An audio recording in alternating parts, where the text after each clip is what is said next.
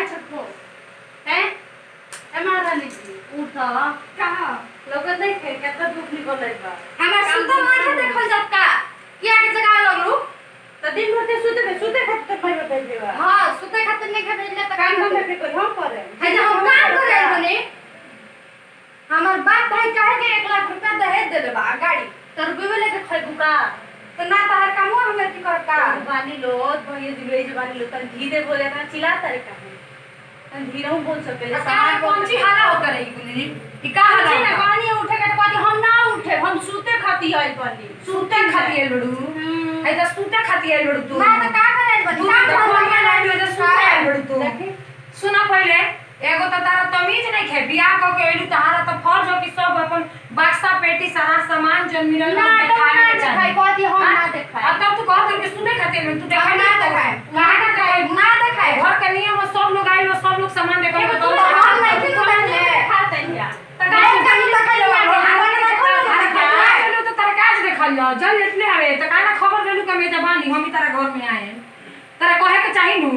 चल जाके के सामान देखाई का ना चलो यही मेरा फैसला हो तू वहां पे क्या बड़ू हम ने चलो बोल के ना सुन ना बोले ना दिखाई तो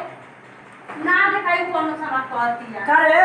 पूरा दिन रहिला भल घर में ते अपन चलतिए चला लगले अरे चलाई ना रे आज तो बहुत के बहुत ही हाय हे भगवान भसुर कैसन भसुर ससुर रे हम नहीं के जानत अरे भसुर तो तोरा नहीं है नहीं ना होला ए देख हम बताई तोरा के अरे देखै ले बाबू अरे सुन बे रे हां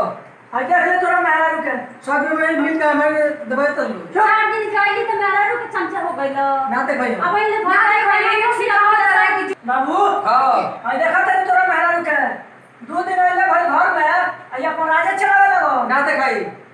ना दिखाई सामान ना दिखाई। जब मारते के हाई बोली बरा वो कब ना बोलले वाली देख लो हमनी के उतरने सन तो हमनी के राज रहे दुआरिये पर चाबी ले निकल ना ना तो हर चीज देखिए सास देखिए ना देखे तुम्हारे जुमली को मार ऊपर तोरा एकरा के से समझावे के चाहे तो उल्टा ते एकरा के से बोलते ना समझाए। ना समझाए ना समझाई हमरा के का हम पागल का के हमरा के समझाए तो तोरा घर में ही ना होला तारा घर में आई ना होला ना ना ये पर चढ़ गई भसुर से लाजे सब को नहीं काजी के भसुर आ काजी के ससुर रे अरे तो हम सब लोग भसुर भसुर से से करे हम नहीं कहना ना भसुर ससुर से बोल जे दीजिए सरकार के अपना करली ना हम ना करेंगे तो सुनो सही का व्यवस्था करो सब धम तई हुकम ना करी है काहे के व्यवस्था करो सो काहे के व्यवस्था हो तोरे के टेंशन एवरे के हां तारा के पीटो हिंगरो का पीटो हिंगरो का अच्छा तो पीटो बुझा के सलाह लेके आ पीटो काहे जब करी व्यवस्था करो सब करिए रखना मत ये मानी वाला नहीं देखो नहीं क्या भसुर से के काज भसुर आ ससुर रुक दे के हम बताओ तने देखो उठाते